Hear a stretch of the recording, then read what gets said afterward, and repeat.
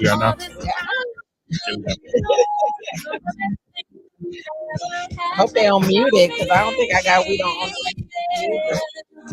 YouTube, they don't care nothing about that. I They can used do to. I'm that. talking about Facebook. They don't do that anymore. Yes, they do. I just seen somebody like I muted. No, I mean that don't do nothing. That we don't own the rights. That doesn't do anything. They gonna mute you because I did that one time and and it was my song too. The Don Drew when I played, I was like, I wrote that. I do got rights. It was like we don't care. I tried to contest it. They said prove it. Yeah, they need all the help they can get over there. They got a new coach now. Hopefully they be all right. You're not talking to me, huh? Not right now. I was the whole time before, but then Jay said a comment about Michigan State football. Oh, okay. And I apologize for all right. This tells me we only have 6, but we need to. Let me just wait till we hit the chorus one more time. You can't just cut the song in the middle of the thing. You actually you're playing. Damn it. Get this thing, get the show on the road, okay? The people are waiting. Lord, they ready. Don't blame this on the people. They primed and they ready to go. Mm-hmm.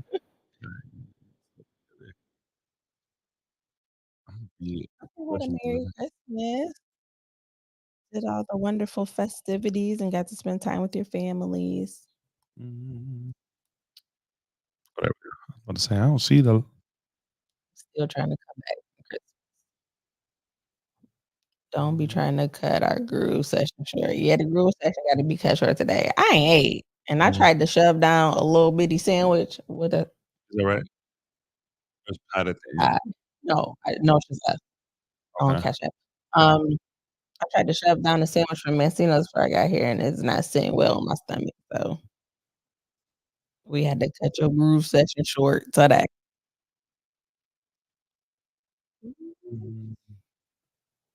We're waiting for Russell to share, guys.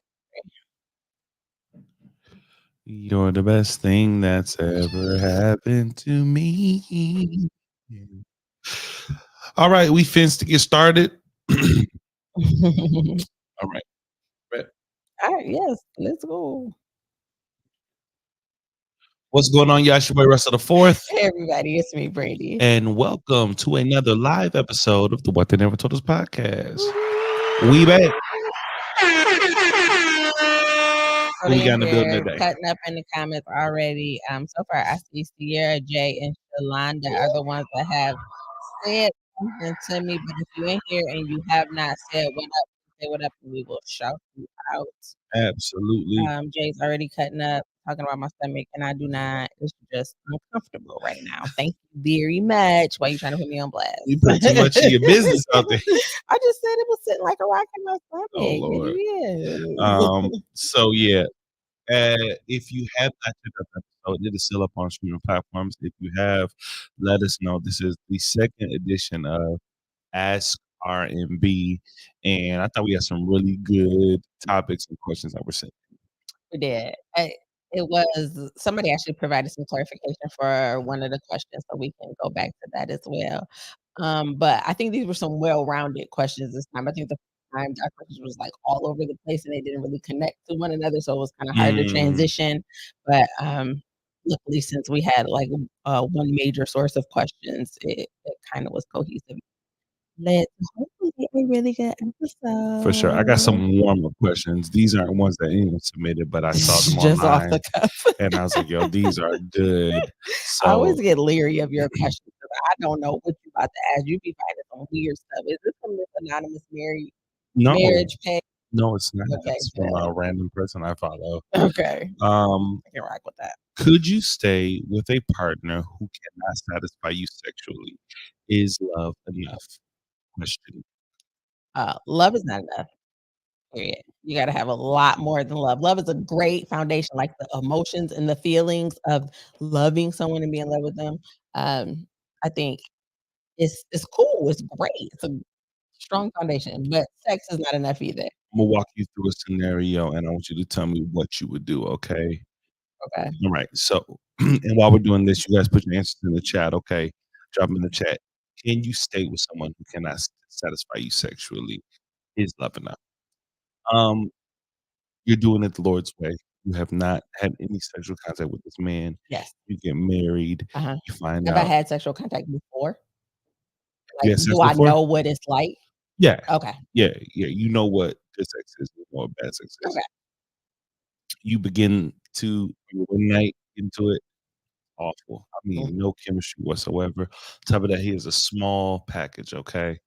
What do you do? Well, number one, I'm gonna say that I am a strong believer of it's not the size of the boat, it's the motion in the ocean. So I'll say that. So That's that the awful doesn't part. that doesn't automatically throw me off. But I think in that scenario, you gotta learn somebody. It's really hard, speaking from experience, to get comfortable with someone when you're emotionally invested in them, and then the physical comes, and y'all haven't connected in that way before. I don't think it was instantaneous for us. Like, it was instantaneous in some ways, but we talked about how awkward it was on our honeymoon. It was like the pressure of like, okay, we've not been having sex for all this time, and then now The we first get time's always a little to awkward. and even still when we came home, I told you about, like, it still feels like I'm not supposed to be doing this, like, a block in my head because for so long it was like, "Ah, it's off limits," and now we have the open gate, and it was hard to kinda transition into that. So, I think for other people, it may be different for certain amount of reasons. We don't know each other. We're technically bad at it, and now I'm with you for the rest of my life. Like, I might have to teach you. I might have to teach you how to please me, and I'm okay with that. And if that doesn't work. I mean, that's where we end, and you gotta be okay with me getting another one.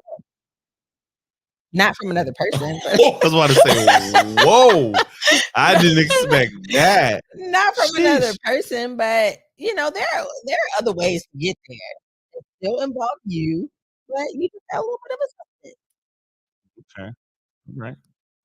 That's all Good I'm saying. answer. That's Good all I answer. feel You about went it. all the way around the mulberry bush to get there, but it was a That's good not our answer. way about it, but I think it's really setting people up for failure to assume that if you have not had sexual contact with someone, and then the moment you do, they're going to know exactly what to do, and it's going to be perfect. That's not true. Like, It for happens sometimes. 99.9% of the people, that's not true. Like, there's a certain comfort level you have to get to, and you have to So learn with your partner. so what you're saying is we was 0.1%. Yeah, sure. of But I do feel like there was still some learning that had to happen as You wanna well. tell me that the first time we had sex Why are we having this conversation like this? you brought up Me and you already know what that is, but I'm saying there was still some stuff it that had to was be learned. bomb. Say it Oh wasn't. my gosh, Say it I'm not wasn't. doing this with you. Say it I'm wasn't. not doing it. You don't wanna I answer? refuse. Am I lying? I refuse. It was bomb.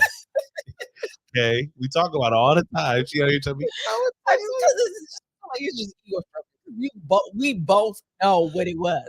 There's no point of going down that road. I'm just saying that this scenario don't apply to us. You trying to Don't put it sometimes people, you know, even I'm for just saying, us. don't Whoa.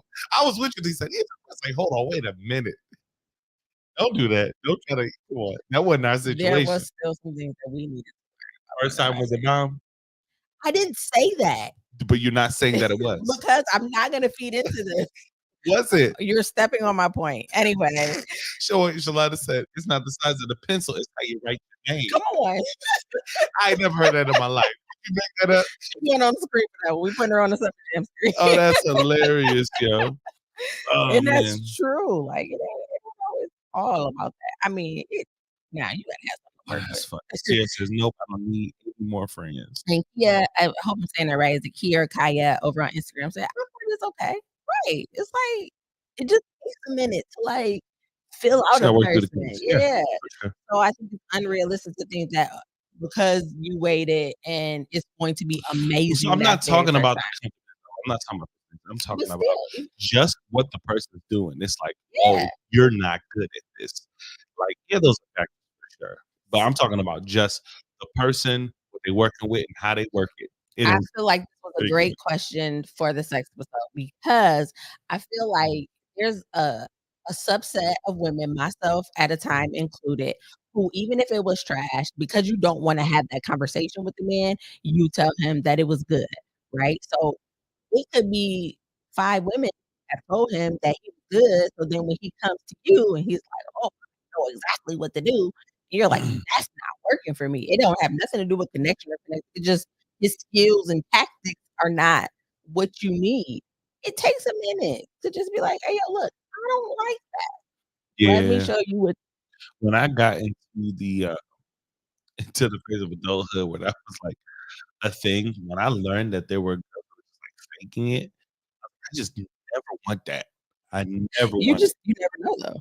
Like, is there's some people who are so good at it, you never know. Not you personally, because you better not have it with nobody else, but people who I are mean, still I've had people who are still out there, I like, wasn't you I just wasn't a wouldn't virgin when we there's met. no way I hate to see those posts where the guy's like, "I know it was real because her legs were shaking." You can fake the leg shaking.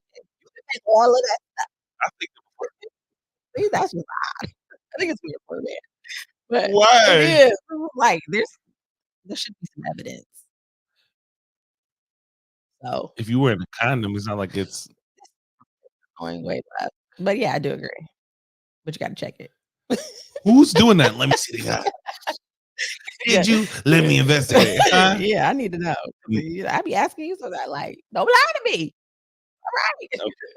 Okay. I Uh, would say this though, like for the sake of just sexual health in marriages, you have to like usher in a level of authenticity, honesty, right? It's better to sit in the tension of, "Hey, I'm not feeling it," versus the pain of enduring a lifetime of relationship where you're unsatisfied and sex becomes a chore and it becomes a point of contention because you got the guy or the girl, whoever's just like, "Come on, I wanna," just like, I'm sleepy, I'm tired, my stomach hurts, I got a headache." I You're mean, making up all these excuses. let's be honest, it is a very hard conversation to have It with is. someone. That's why I said it's better to suffer through the tension Mhm. than to endure a lifetime of lies, because that's really Yeah. what it is. It's I'm lying so I don't have to. Mhm.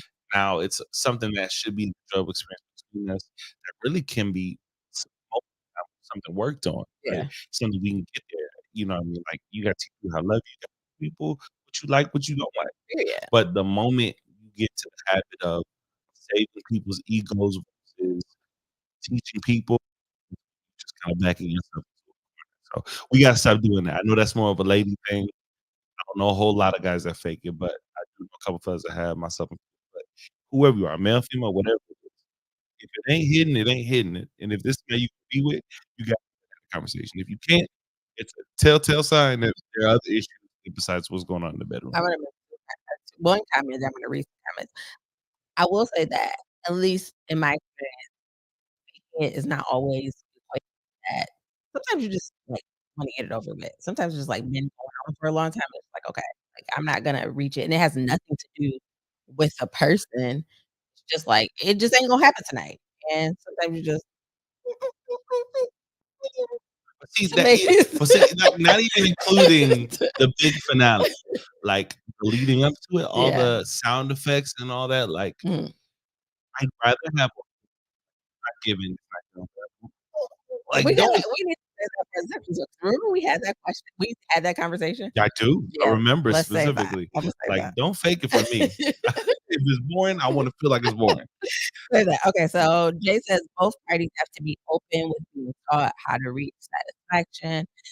Sierra says we need to explore options. Be willing to try on both ends, but if one isn't willing to be taught, then you better did you say you better fund the toy fund.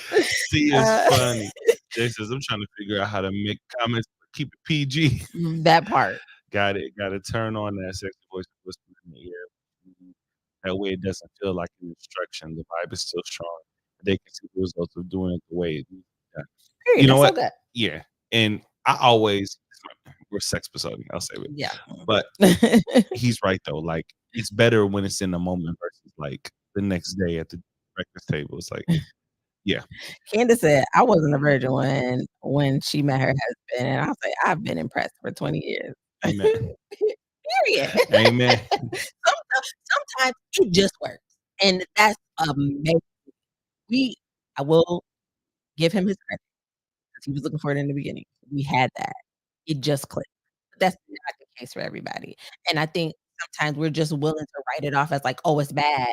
When no, they just need to be taught how to make you happy. And you can't assume that people are mind readers and they should just automatically know that you don't like to be bit. 'Cause somebody might like to be Get bit on. on in the past, and now they're like, "Ooh, that really worked for her, so let me try it with her." Like, you need to talk, you need to communicate, you need to be expressive and say no in the moment too. Like, that ain't working. Don't do that. Teach me how Stop. to love. I don't like that. I got one more question, and then we'll go to some viewer submissions. If your partner has had sex with another person before you were with them, do you think they should tell you if the other person comes around and you don't know about their past? Oh my god, we had this conversation before and it went so left. Why you bring this back in? Well, we've conquered that. We're past it.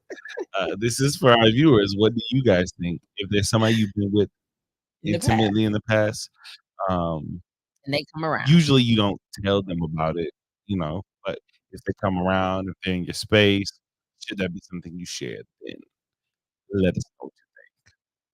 We know where we stand on this. We've had this out on the Maybe there are podcast. some new people who don't know where we stand. Yeah, no, we should say it for sure. Oh, okay. What do you stand? I say yes. Yes, you should tell. Yes, you should tell. I think if there's somebody who you've been intimate with, if they come around, if they in our space and they keep in and talking, like I don't want any area of, it may I think this is more prevalent on the male side because dudes hang that over your head. He'll go over on the other side of the room and be like, man, it's crazy. Me and Shorty, we used to, back that's his wife, you know what I'm saying? Like respect, like it ain't nothing now, you know what I'm saying? That's the homie now, but I'm saying back in the day, hey, now dude across the room know it. He tell his friend he know it. I'm the only person in the room who's just like, like if everybody know, I should know too. Yeah. So I will say on the previous episode, I took the stance of that ain't none of your business. However, I have not changed, but I feel like I should have explained it differently. I'm very much upfront.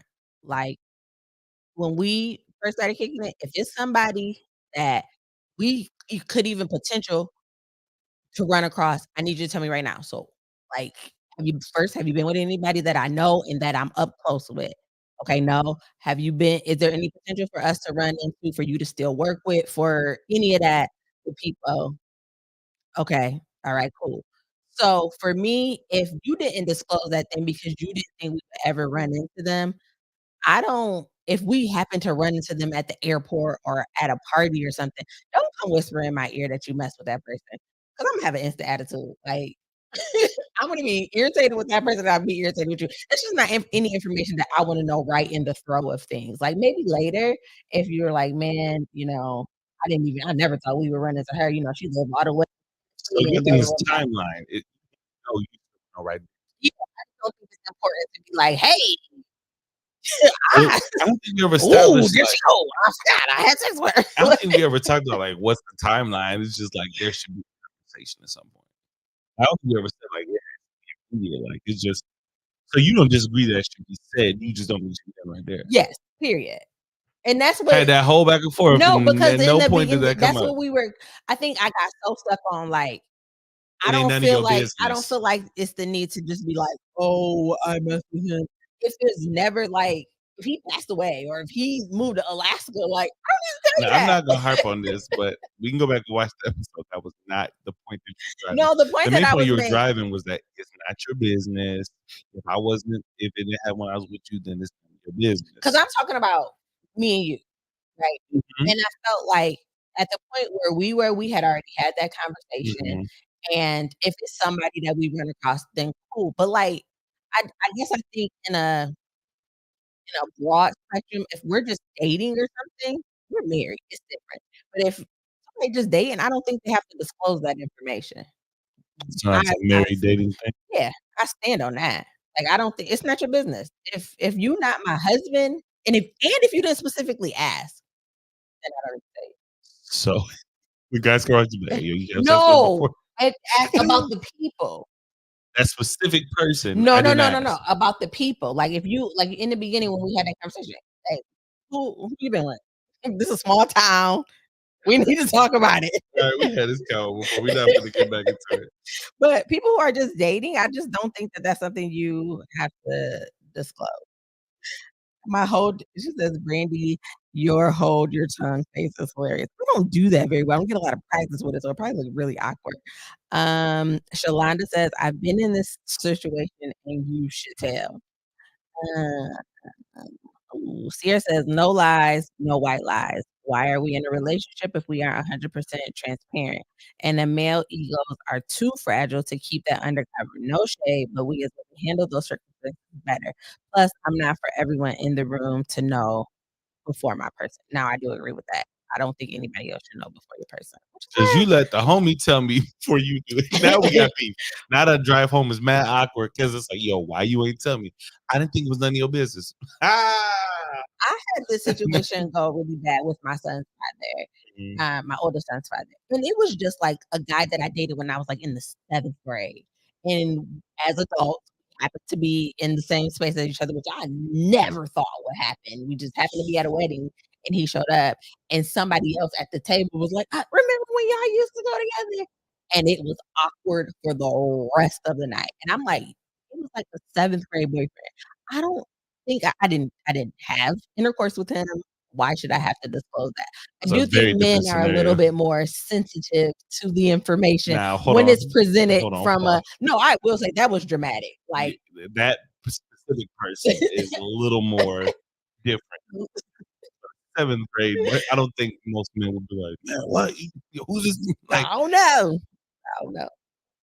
I I don't know think when nobody like when that. it comes from someone else that it felt I think he felt a little bit embarrassed that he didn't know that. Mm. So, I mean, I can get where the ego part will come in, but I just don't feel like if I'm not married to you, why do I have to disclose all that information to you? Well, I mean, in today's I agree with you. I do think that there's, like, so many shades relationship nowadays right now. Like, you got people I can't remember what we were watching, but it was a lady who was with a man.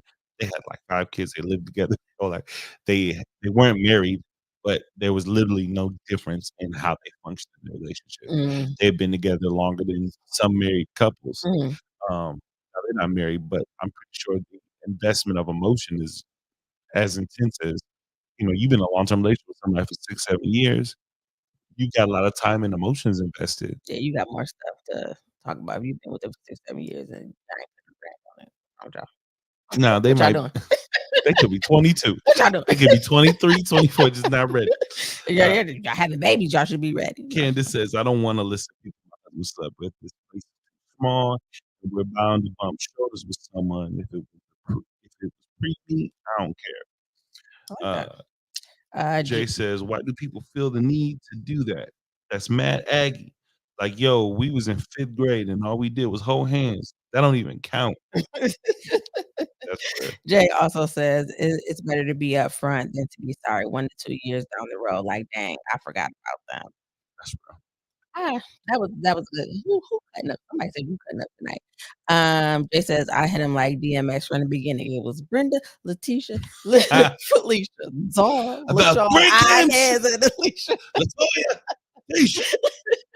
Hardest DMX verse ever. I really, really, really feel like if you feel like a relationship has potential to be serious and long term, that's a great conversation to have up front, especially if you are from a place like we're from, where it's very small and chances are everybody know each other in some kind of way. That's a great conversation to have up front.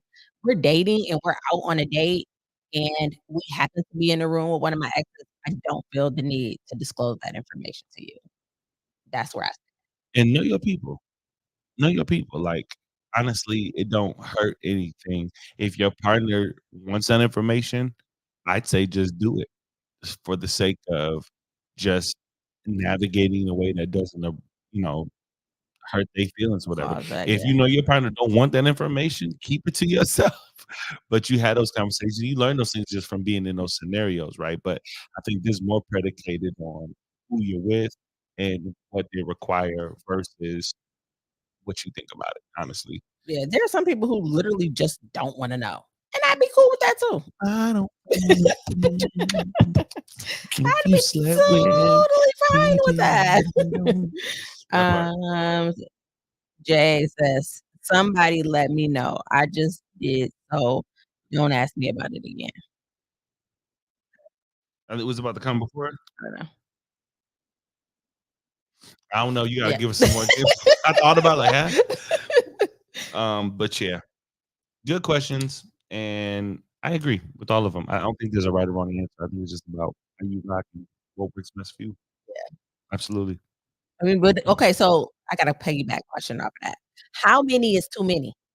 How many what? Like, if you ask and she gets to naming, do you just cut her off at a certain I point? mean, She passed 10, do you just if be you're like, with "Alright, stop."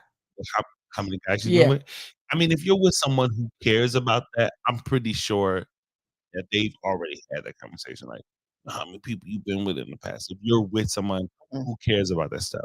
So if you've had those conversations, I don't think they should be shocked when it comes to like Does that matter to to you? me, Mhm.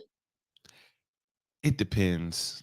It depends. What Like does it depend on? I've been with someone who um had a lot of partners in the past, but it didn't affect me much because it wasn't in my sphere. It wasn't like in my sphere. Like if it's with someone like for instance, we grew up in a small town. Mhm. So if it's here, that would And you've affect been me with 50 greatly. people. It's a It problem. affects me Yeah. greatly, right? But if you from like in college, you know what I'm saying? It's a big campus, like I don't bump shoulders with dude or whoever. So the number matters to you because of your proximity to them or your For me personally, it weighs more. I'm not judging you on your but past. it doesn't matter, just sheer number in general. If she lived in Timbuktu Now, and don't get me wrong, there's a the certain number point. that you said didn't bother me. But if the number is astronomical, that makes me feel like, okay, is there some like 50 didn't matter to you? self-control issues? Like, I mean, I'm all for like liking sex, but it's like, okay, if you've been with 100 dudes, Mm. there's something else we need to talk about other than who was it. Now it's like, okay, so what makes you tick? You know what I mean? Like, were these people you're in relationships with? Were these one night stands? 'Cause now, okay, now we going into a different area of, how you tick and how you move. I'm not judging, but that might not be in line with how I move. And I don't want to have to worry about your loyalty to me. You know what I mean? I think girls probably automatically assume that I think Jay just said something about J. Cole said you gotta multiply by 3. Like, I The think number. I think we as ladies probably assume that it's more than us or maybe more than what they've disclosed to us. And I think men get away with a higher number than women do. For sure. I definitely don't I wouldn't judge a dude if he had a high number, but I believe that any man would judge me if I had a high number. It's true. So, for that reason alone, because I don't like that double standard, like, I care. If your number bigger than 2 hands and 2 But feet, that we don't make gotta it have right we though. Just because that's everybody knew don't make it right. Like I think the same standards apply for a man. Like if you're talking to a dude and the dude says I've been with 300 women, if you still look at that dude and say, okay, or ooh, ooh, you're the player. If that's like appealing to you, then that's a deeper conversation we need to have. If that doesn't hit you, like, okay, well, let's talk about that. Like, is that just your sex drive? Do you have a sexual appetite that warrants you sleep with 300 women? Do you see yourself being in a, you know what I'm saying, a legitimate, what do they call it, monogamous. monogamous relationship? If you were 300 women, then if that's what your sexual appetite brought you, and you see yourself be satisfied with just me. That's a conversation we need to have, regardless of gender. I love that. I'm just not that mature. If like Well, that's honest. That's honest. This is very honest. I appreciate the honesty. I can I would digest love that. to have that, like, deeper philosophical root of the issue conversation with somebody, You don't think but it's a problem for the dude? I do think it's a problem. I just don't think that I'm mature enough to get there with that person. If somebody that I was interested in told me that their number was 62, I'm probably gonna lose interest very quickly. I don't even wanna know what made you get there and what made Yeah. you tick in, what type of sexual appetite you have, like, I'm good. 'Cause if I told you it was 62, you would be good on me. Yeah. So, I mean, that's just the question that should come. I'm not saying that should be like a conversation. But all in all, the end all be all would be like, yo, you this probably not gonna work. Like Yeah, I'm good on that's you. what I'm saying. It's just nasty. Like, I mean, and it's no judgment. You know what I mean? Everybody got a pass. Um, I just think that there's somebody for everybody, and it depends on, you know period. what I mean? Because there's some people who have some wild past, and who they are today is light years away from who they used to be. So there's not saying you can come back from that, but Can't come back to me. there you go. It's my I've choice. always been accused of lying about my number because my number is not crazy. I've always been accused of being like, are you lying? You be forgetting. Like, oh, that's Even right. still, even I forgot one to be like, oh, okay. It's still a low number. Still a low number. Sierra's laughing at you. She said, "So what makes you tick?" Yeah, I'm not trying to figure. I don't even want to know. Like, all right, you probably got a tick, or a parasite, Okay. or a crab, or something. You calm down. Don't you Um, be judging. Jay says, if your partner has OnlyFans or is in the adult entertainment industry, does that number matter if it's her line of work? Yes. Yes, Yes. I think And their line of work matters. Like, it probably weighs more. Like if these were people that you might not even really been sexually interested in, it was just a gig for you. just doing it for money. Yeah, your sex work, that's a whole different bag for me. I think there are people who have successful relationships with people in that industry. I can't think that everybody in that industry is single, and that it's just, I think it's a personal preference again. And for me personally, if I had to be confronted with someone who says they are in the adult entertainment industry in any form or fashion, I just don't think, because of the direction that my life is going in, it's just not the best for me. Yeah, nah. Them numbers count. They But might count for 2, but you probably. can't just be like, well, okay, yeah, because in acting they don't really do it. So I guess I would say. In acting. Yeah, like, just like You don't mean the Insecure adult acting. industry. No, I'm talking about, like, Oh, yeah. Insecure or I don't know. Rap-ish. 'Cause some of them, I be like, Are they rap? are they That was a little too they really authentic. capturing the essence of this thing right now. Golly. All right.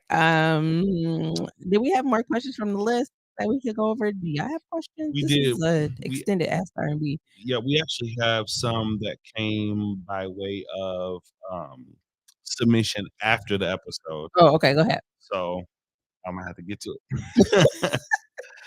Dun, dun, dun, dun, dun, dun. We have a question. It says, if a man sleeps with 20, oh, this might not be a question, a statement. If a man sleeps with 25 women, he's a player. If a woman does it, she'll be called a garden tool. And that is, for show you right on, the truth. It is a double standard that I absolutely hate, but it is very true. Absolutely.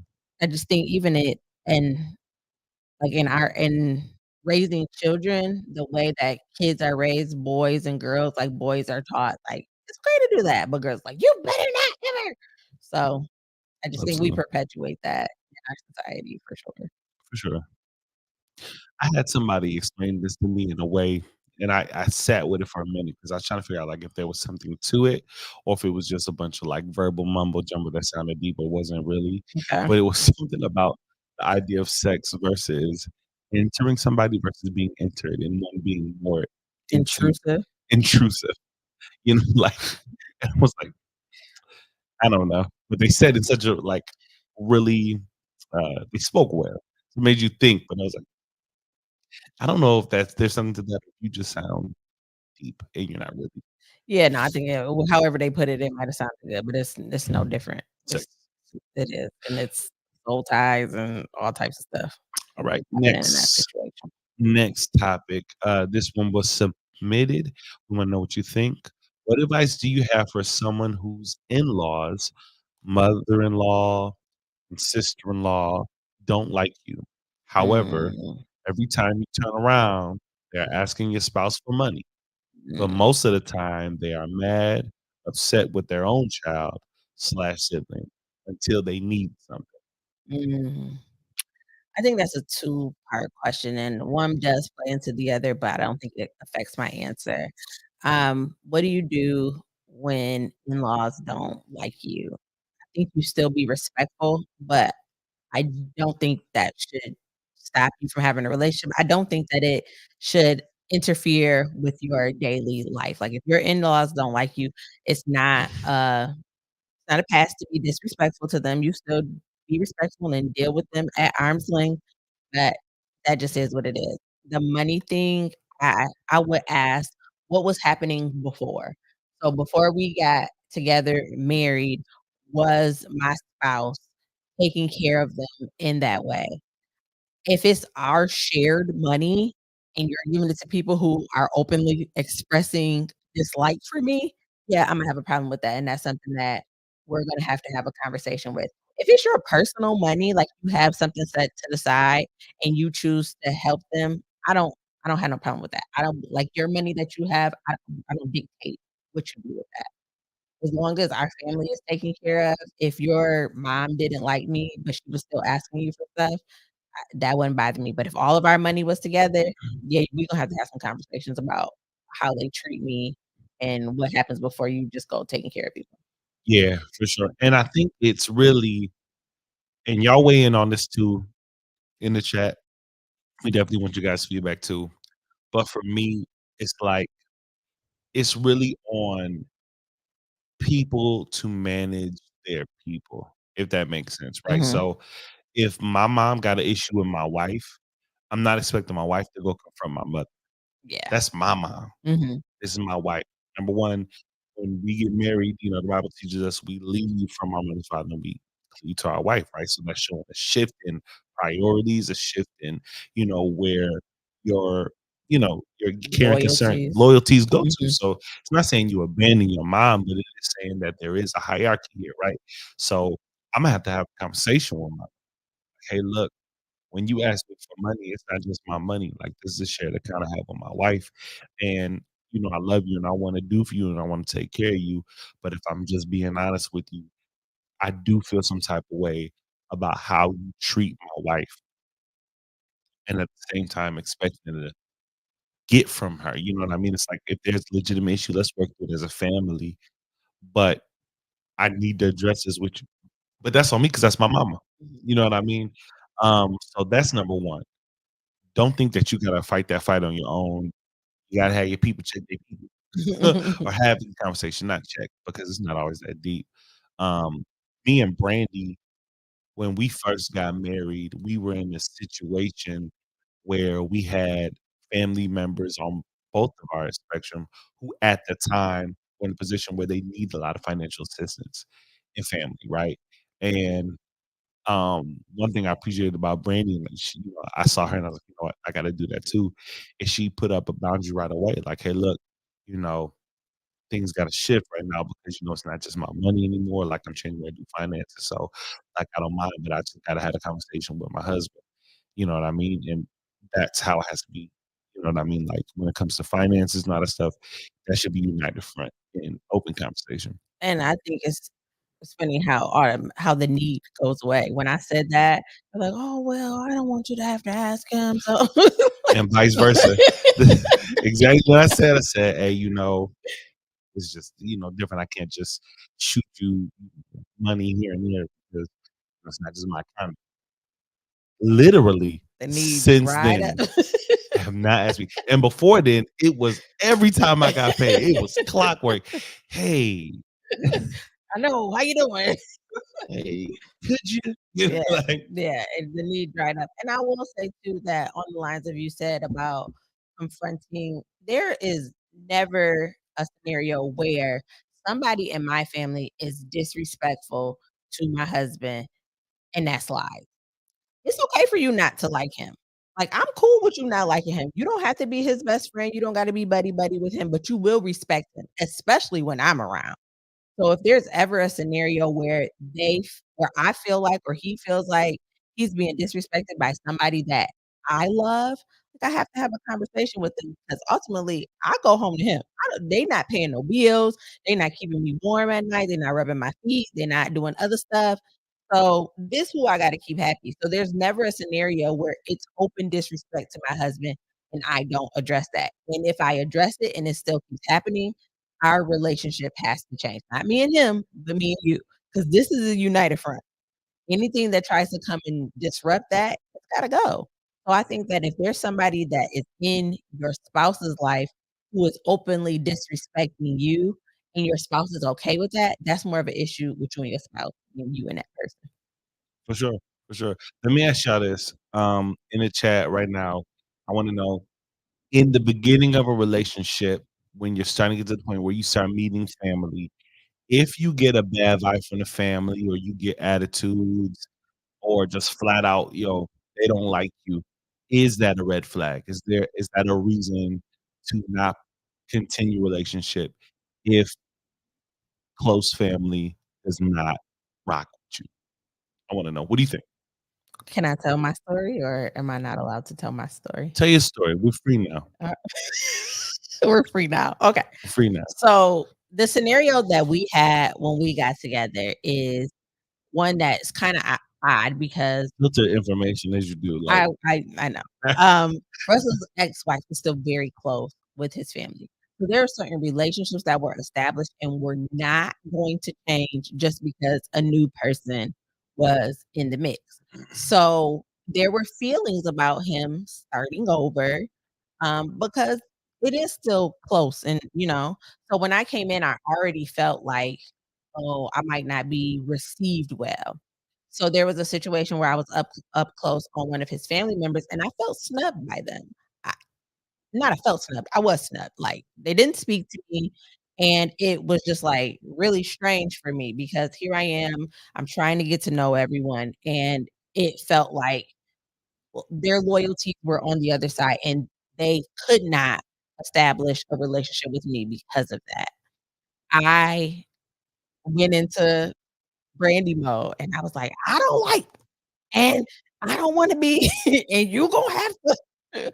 Because I felt like if I'm going to be here and I've done nothing wrong in this scenario, I'm just a new person coming in, like, I need you to we need to sit down and have a conversation. Now, I was the one who was like, "Hey, yo, we need to talk about this." 'Cause if not, I'm not gonna be around them. And he took the stance of, like, "You are who I wanna be with, and anybody who does not get on board with that, like, they can't be in our lives." And because he took that front and I felt supported in that, it made me more open to be like, I know you're willing to cut off important people to you, but I don't want you to have to do that. So it softened my heart a little bit to be like, "Okay, I'm gonna be open enough to give this person another chance because I don't want you to have to lose family members because you wanna be with me." I don't think that that's fair to you, and I don't think that that's a sacrifice that if I have anything to do with it, I will try my hardest. Now, if they're still not open to it, then there's nothing I can do. But I don't want you to have to sacrifice people you love in your life because you now have me. We should all be able to work together in some kind of way. We don't have to be best friends, but it just has to be a certain level of respect there. And now that relationship is great. There's no issues there, and we all, get along cohesively, like all of us, the ex included.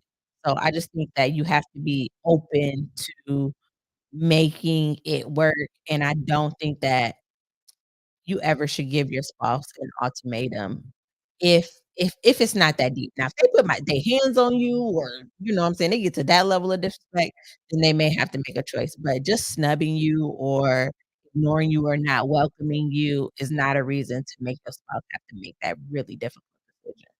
for sure. Absolutely.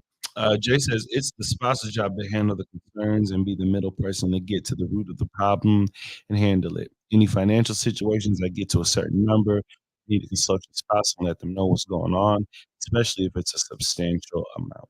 Sound wisdom. Naraya, I believe that is, over on Instagram says, "Love that full circle moment. Him showing you that you're safe is all it takes sometimes. Destruction isn't necessary." And that's 100% true, like, that's exactly how I felt. I don't want you to have to lose people just because you love me. So whatever it is that I can do to make it work, I'm gonna do it. That's why I started that first question off with, "I'm never gonna disrespect your family." It's just not ever going to happen. As long as I don't get touched. And I'm you never gonna disrespect. and you gotta know your people, right? Like if your mama is stubborn, you know that before anybody else know that. If your mom is territorial about you, you're not gonna learn that, and you knew that already. Mhm. So you're going into it knowing that, and knowing that you gotta have those conversations, right? So in this scenario, I knew my family. I know when I don't first of all, I don't bring a lot of people home. Mhm. Like, maybe in my life out of the 3 women that I brought to my family, I married 2 of them. The other one was in high school. You know what I mean? I don't do that often. So, I know that I know when I bring people around, they embrace, they love. So, I knew it was gonna be a difficult situation and, people who go through divorce and have been through divorce, it's not just you that go through it, especially Absolutely. close families. It's not just you, it's your family that goes through it too. And that's something that you gotta handle with grace and patience because it's a slow boil most of the time. But when you have good people with good hearts who are willing to have the conversation, you can work through almost anything. And thank God we were able to do that. And I said that knowing I wasn't gonna have to cut nobody off. Right. I said it because I had faith that you gotta work through this. But I wanna let you know that this is a boundary I'm willing to set. Because if it is a thing that they can't let go of my past to help embrace my future, then that's a boundary that I gotta set. I'm not saying I'm cutting off my family. I'm just saying that if it's a choice between your grandma house and my grandma house for Christmas, we probably gonna be at your grandma house because I'm not gonna sit there and feel awkward Mhm. and when why you being disrespected or snubbed or looked over. But I knew it wasn't gonna be that. So, um, shout out to all of y'all who are blending families and going through divorce, trying love again, working through that process, and just the aspect of blending families, not on a, you know, I know we talk about blending families for the sake of like, Eh, ex being and the yeah, kids and all that, but blending families is also like I'm getting married and for the now first your time. mama Yeah. is an extension of the mom figure to me. And my mom's an extension of your mom. So it's like we gotta work through those things. Yeah, because my mom is the family member that I explain to everybody. That's it. Look, she might come off a little abrasive, like, but she does everything in love. So I have to explain her before they meet her. So like I just be trying to give people Yeah. a little warning. But if there's ever a time where that abrasiveness or that hard hittiness becomes disrespect, then I have to have a conversation with my mom. You see that most when the man in the family was the son, and he had to be more of a father figure to a sibling. Mhm. He had to be more of like a, um, subsidiary of a husband to mom, because dad wasn't there, so he helped with the kids, he helped cook meals, and it just bred mama boy, like 100. So now when it gets to the point where he's Just gotta removing to let go another of her. family and now I gotta let go of this person, it's like, "Nah, that's my son." "Okay, yeah, but that's my husband. That's my brother. Who do you think you are coming in here on Thanksgiving?" Like, I definitely be having that. That's my brother. Who are you? Type of thing. But I love my brother's wife, so good it all hearts. worked out. There you go. Jay says, "That's why you're solid B. A lot of people don't have that mindset to just be patient and rock it out. Let that relationship build. Be your true self and show them that you're not going anywhere. So we gotta figure it out." And that's all we had to do. Sarah Davis in the building. Yeah. What up? And he says, and you got to remember too that the family has seen them through heartache and heartbreaks. They're going to be protective of the spouse. So you just got to make it clear what your intentions are and sit at the space table so they can figure it out. That part. I know my mom had I feel like she embraced you. She's always called you her son-in-law. But when you went to her to have that conversation about us getting married, you told me that it wasn't just like, oh, yes, I'm so happy. No, no, no, no. Like she had a real conversation with you, like, "My daughter done been through a lot, like, you can't hurt her," like, Mhm. because those that's real, those are the people who you fall back into if something doesn't work out, so I think it just has to be respect all around, and if you don't get that respect, your spouse has to have that conversation instead of those boundaries, they can't leave you out there on the island like that. Mm, not at all. Not That at was all. good, I like We are that. 45 minutes in, and we have so many questions. I don't think we're gonna get to them. Okay, go ahead. Um, you need to pull up now? I didn't. Do you guys Boo. sorry. Talk Okay. Well, I can't talk. Well, hey, y'all, what's going on? I'm trying to read too. So how um, can an introvert and an extrovert partner find a happy medium to enjoy the things each partner likes to do? I think all good relationships are based on, like, some different extremes, right? Yeah. So there are some core things that we have in common, things that you can't really flake on, like, I think on a faith-based level, Mhm. me and you both held that importance, but you're different in a lot of ways, and I think those are the ways that kinda sharpen us and challenge us. For instance, she's far more organized, far more, um she has, like, a stick to it. If this is something needs to get done, she's like, "I need to do it now." For me, something needs to get done, it's like, "Okay, I'll get to it."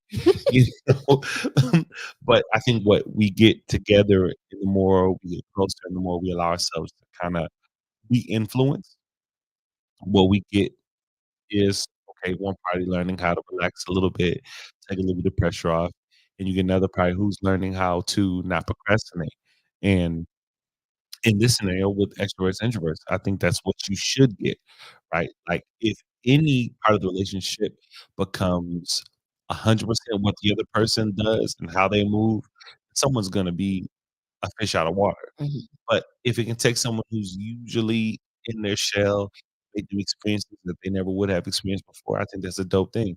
If it takes someone who feels like they gotta rip and run every minute and gets them comfortable with just enjoying a night at home with family, I think that's a happy medium that you find and a balance that you get when you have an area of opposites attracting each other. And I think if it's balanced, that can work. If it's not, somebody's gonna be tired. The introvert is gonna be like, "I can't do this. I'm tired. I don't wanna meet no more people. I'm tired of smiling in these people's face. Period. I'm staying home tonight. I don't care what you think about That's me. Like, I don't wanna go. that." Or the person who's like, "Can we please go out? Like, I wanna go out. We haven't done anything fun. Like, I feel bored. I feel unfulfilled." It can't be just predicated on one person's quips. It's gotta be a balance. Yeah, I think titles like that throw people off when they get in relationships like, "Oh, I'm an introvert." Like, at your core, you can still be an introvert and socialize with people. And you don't have to do it all the time, or you can be an extrovert who loves to go out but enjoys a quiet night at home. I think I'm naturally an introvert. I love being at my house, and I love it just being the people who live here. Like, I don't even like people to come over because, like, I feel like y'all don't know how to leave. So I'd rather go over somebody's house, so when that little feeling start to tickle up in my stomach, I could just go. I'm with I you. don't have to Tickle I in ain't my gotta stomach. ask nobody permission. I can just leave. But if we came in this relationship and I was like, "I'm an introvert and that's just it," who wants to be in a relationship with you? Like, you have to be flexible and be willing to change and meet somebody else where they're at. So that title is a little bit misleading. Just because you're an introvert doesn't mean that you have to stay an introvert. It just means you have to be open to exploring other ways. So if somebody's so stuck in their ways and they're not willing to change, then it's just probably not somebody you want to be in a relationship with. And that's the girl the family beef with. When you bring her over and everybody She laughing, irritates. joking, she in the corner just, like, on her phone, like, That used to be me. they be like, who is this?" Like, she over here looking all crazy, she can't talk to nobody. I got so beefed out with one of my ex's cousins in her house because she was so mad. I was just sitting in the corner in the chair in the little lounger, everybody drinking, and I just wasn't there in my in my life at that point. And I was like, I don't want to do this. Y'all loud, y'all ghetto. I don't want to be here. And Just she speak. said that. She was like, "You over there, like, got the stank face on," and it was all out me. 'Cause I was like, I was a little more rah rah back then. So I was like, who's she talking to? Oh, Lord. Oh, Lord. Oh, But Lord. I think you also have to know your people, and if you know that your person is, at their core an introvert, and you about to take them to a rah-rah party where everybody jumping around and smoking and drinking, and that's not them, you probably shouldn't invite them. Just, like, let them be okay with going home. I think we're balanced in this way. Here's one way that we're really balanced. Like, we both prefer to be at home, we both prefer to be at the house, but we know how to socialize. Like, we go in front of people, we know how to speak, we know how to say, "Hey." Yeah, I agree with that. I think you're a little bit more just, like, people-y than I am. I do a better job at it. Yeah. But I dislike it to the same degree you do. I've mastered the art of, like, fake it till you make it. But I was gonna say that helped, right? Yeah. Because it looks so awkward if you're the personality in the room and I'm just a stick on the wall. I think it's more obvious for people to be like, "Hey, yo, what's wrong with your girl?" So when you are in the room and you're working in the room, I'm typically right there with you or in Mhm. another section doing the same thing Yeah. just because it just looks awkward. Like, and I think that even though being at my core an introvert, I still know how to do extrovert activities. So I can socialize with people, and then when I've had enough, I just need to go, You and I ain't need got you to respect that. you Not ain't got you, no 'cause you choice no good, but more. I definitely have a choice. Nah, we be in Memphis, it'd be like, Your mother never told us. Like, I gotta talk to you. It is my a God, thing, like in the middle of this. I love your podcast. and keep it moving. See, Russell, he hasn't mastered cutting off conversations with people. He be talking to people, and I just wander off. Yo, where did you leave me? Nah. Five Below. Oh my God. Flat out abandoned me. And it happened so fast. We both, this would mess me up. We both greeted the person, like, hey. She said 2 words, like, so how are things? And I said, well, we've been. I said, we've been. And I turned to the side, I said, and I looked dead at the person I was talking. I said, you seen Brandon? He said, oh. We both were bewildered. Disappeared. So I can tell when somebody wants to have a longer conversation and what I'm willing to give. This was it Christmas Eve or the day before Christmas Eve? The stores were crazy. And I could tell that this person wanted to talk. So as soon as I got out, she asked me 2 questions. Yeah, you didn't get no 2 questions. I did. She said, how you doing? I said, good. You ready for Christmas? No, that's why we here. I'm out. Just disappeared for 15 minutes having a conversation, and I was in the back of the store. You know, you could have bailed me out. You could have been like, "Girl, we so busy. Go on, let us. Come on, baby. We got so much stuff to do, girl. You just gonna leave me there. You gotta learn how to master them conversations. No, I don't. I'm with you. You are the heavy. I was gone.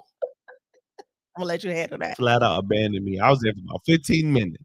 I can't do it when it's overstimulant like that, like stimulant situations like that where it's just a lot going on. We under the gun. We didn't have to do that. I'm not sitting there. You could have got us out of there lickety split. I did. I got myself out of there. It was on you. You was by yourself. Girl, how's your Christmas? We just busy as all get out. Look, you started talking about school stuff though. That was on I didn't do that. I didn't start that. You know what? Let me stop. About to have me. You know what? I was gone. Abandoned me. Ghosted you with the quickness too. That's foul. It ain't foul. Like you know how I am. I can't do empty conversations. So I had to go. Jay says that is so me. They look up and I'm in the car. Period. I was in the back of the store in the corner, just waiting. And then I seen him looking for me. Here I am. Right here. Hey, how you doing? Wow. Okay, here goes one. All right, go ahead. This is our last one. Okay. What are ways that you can support your partner in their struggle with mental health? How can you navigate this when you are starting to feel overwhelmed by their triggers and or breakdowns? I've never been in this situation, so I'm gonna say I don't know enough to probably be helpful, but I will say, what you looking at me like that for? I remember one time, this is like college time. Okay. We were hanging out, and one of your ex-boyfriends came by. I was like trying to break down. That's not mental health. That was not mental health. I was just surprised that you didn't have these situations. Like that person didn't have no breakdowns in nothing. No. They was healthy until you left. Then it was like, yeah, I know. I was like, yo, are we safe? She was like, he'll go away in a minute. Open up the door, girl. Oh my God. I'm sitting there playing my escape. Like, okay, I got to get out a window. That was not mental health. I was looking at the closets. I was about to pull I was in the closet.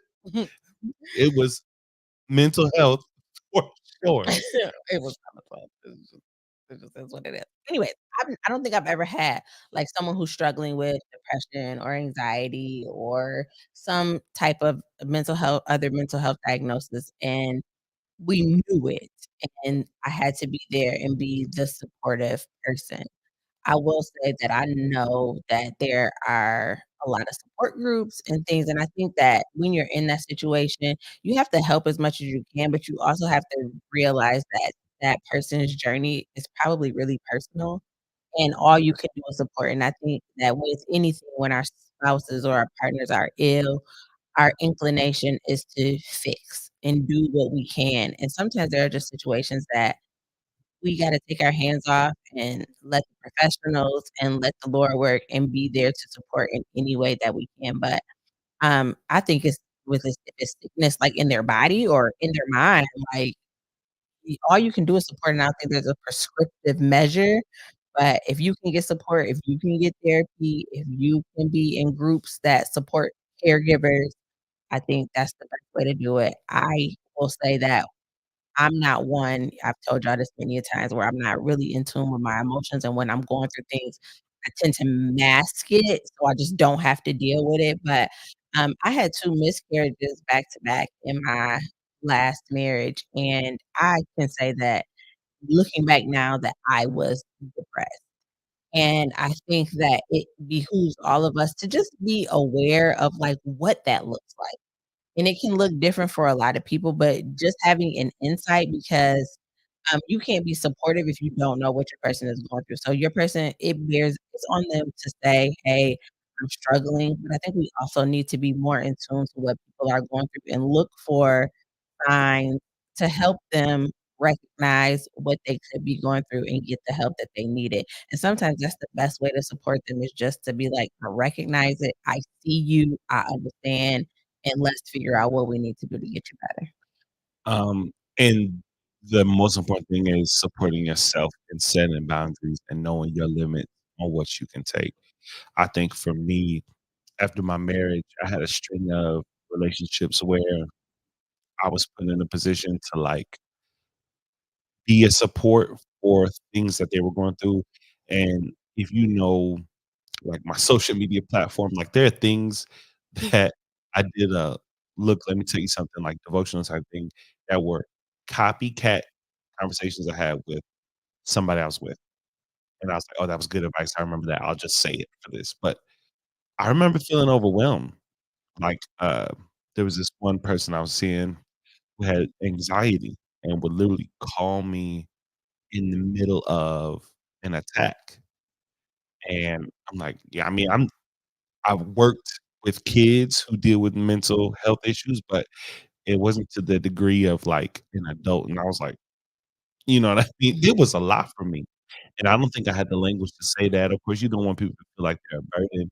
and you wanna help when you can, but if I'm being honest, it was a lot for me, and even when it wasn't, somebody with an anxiety attack, it might just been someone who was just dealing with a lot in life, whether it's, losing a loved one or familiar issues, they're having issues with family, and, like, when you're constantly the launching or the what do you call it, the landing pad for, like, people's stuff, it's a weight. It can be a weight, and if you don't know what to do with that, and if you don't know how to set a boundary, it's gonna push you down, and it's not good for you. So, yeah, I agree with what Brandy said, like, gotta get them in position to where they're professionals who are aiding with whatever the issue is, whatever the ailment is.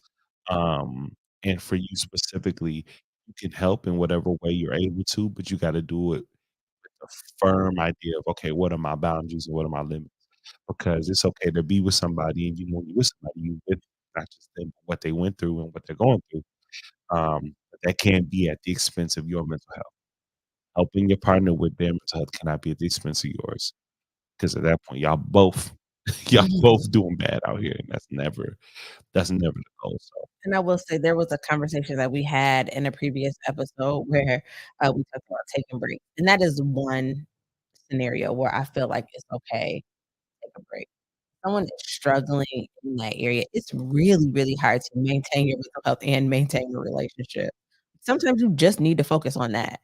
And now, when you're in a marriage, that's just impossible, you can't really do that, but if I'm just dating you and there's something that you're struggling with and it is affecting you, it's affecting me, and it's affecting the overall health of our relationship, I do think it's okay to step away until you get the proper help and are able to heal and find ways to manage that because, I don't wanna get super deep, but I don't think that all mental health is just something that will stick with you for the rest of your life. I do believe that it is not a spirit, but, I don't know what else to call it in that instance, and it's something that you can be delivered and healed from, with the proper help, and I think that it's okay to just be like, "Yo, I need a break to work on myself, and I don't wanna affect you," or the person who is the caregiver or the aide in that scenario to say, "This is too much for me, and it's really hard, and I want you to get better, and I think that it's best for us to just take a break. I'm always gonna be there for you, but right now, maintaining a relationship is probably putting too much stress on." absolutely. Absolutely. Jay just asked a question. He says, "How do you have that conversation with that person so it's not a trigger for them and let them know you aren't abandoning them?" Which conversation? The conversation that you need to take a break, or the conversation that just about a conversation about a boundary? I think if it's the conversation about having a break, you have to set it up in a way that, shows that you're truly not doing that. You're not abandoning them, and I mean, somebody's overall health, whether it's mental or physical, like, that should be the priority versus trying to maintain a relationship. Sometimes we try to hold on to people because we feel like people can save us from certain situations, and the truth is we only have one savior, and it ain't the person that's sitting next. That person is not responsible for making you better, and it's too much of a burden to put on someone to say, "You can't abandon me while I'm going through this." Like, no, you need to focus on you. You shouldn't even be worried about me right now. If you are not your 100% best, why are you trying to maintain a relationship with me? Yeah, and you're responsible for speaking truth. It's their responsibility to take that truth in, right? So you can't bear the responsibility of how it lands with them. You just gotta say what it is in the most kind, respectable way in love that you can. And some things won't be understood in the moment.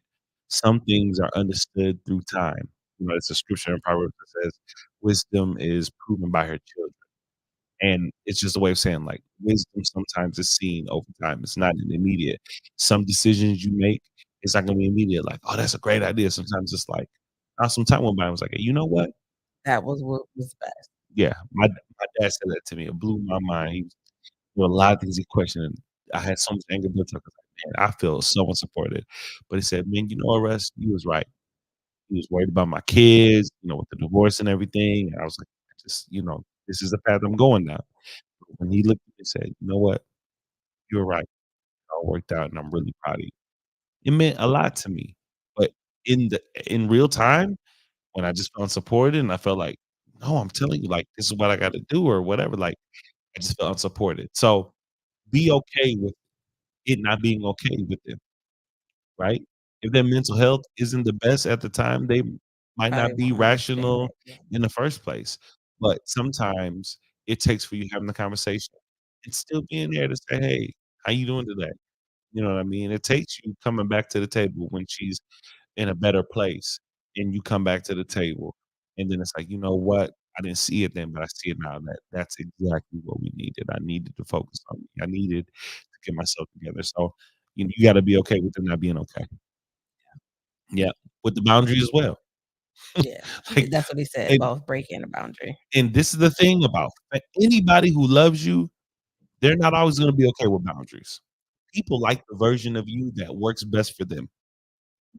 Right? Like, the people that are close up on you, they prefer the version of you that serves them best, and most of the time, that's the one that they have unlimited access to.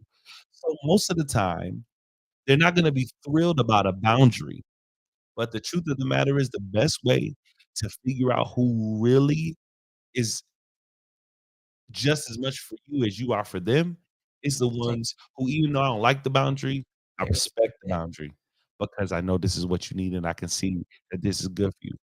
If she came to me in the day and said, "Hey, babe, you know what?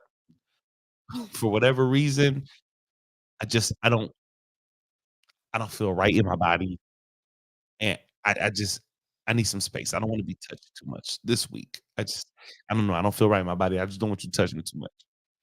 I'd be crushed. I'd be like, "Yo, what? Why me? Shoot, I had a cold this last week." She was like, "Back up, back up." He did not respect the boundary. He's talking about all of this, but he was still like, "Kiss me, love me, I wanna cuddle." When she said no, I was like, "Okay, cool."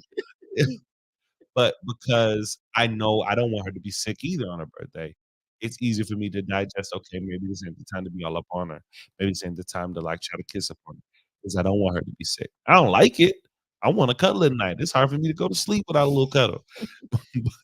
I've been going to sleep in full-blown pajama pants, socks, hoodies. I'm cold at night, but I'm doing that knowing that this is legitimately, like, what's best for her, and it's the best way for you to find out who's really for you is who respects the boundary, 100%. Good chat, good questions. I like that. Jay come up with some fire That's questions. very good. Hey, Big Cam, thank you so much. So That's yeah. it. This episode will be on streaming platforms tomorrow. We'll be back with a new episode on Tuesday. This will be our last episode of the year or the first episode of the new year. Which one? It'll be our New Year's episode. It'll be the first episode of the new year. The What? first episode of 2024 is on a Tuesday. I had to think Yes, about it. yes. So yeah, can't wait to have that. And it's gonna be a good one. So I love this topic. This was Really good. also one that was submitted by one of our viewers, but it was so good and so much to unpack. We were like, this is a whole topic. And it's a good one and it's fitting for the end of the year. So Amen. Jay said we rebuking the devil for the delays on YouTube. 100%. I will say that the delays on YouTube, I don't know. I can't explain. I don't know why it's taking so long for our videos to upload, but it helps when we don't record on Monday night. So if we don't record on Monday night, it can take all the time that it wants to upload. But because we've been recording on Monday night, it's only not even 12 hours we sometimes just for gotta it to plan upload. for it. So we'll be recording Sunday this week. So it should be up there We might start trying to bright upload and that thing early. on Sunday. Yeah, bright and early on Monday. It'll be ready for y'all. That All part. right, John. We gotta go. We got kids upstairs. We gotta go. Yeah. Be right now. That part. You guys have a good night. Hope your Christmas was good, all that good stuff. And always remember, we love love. And y'all should love too. Peace.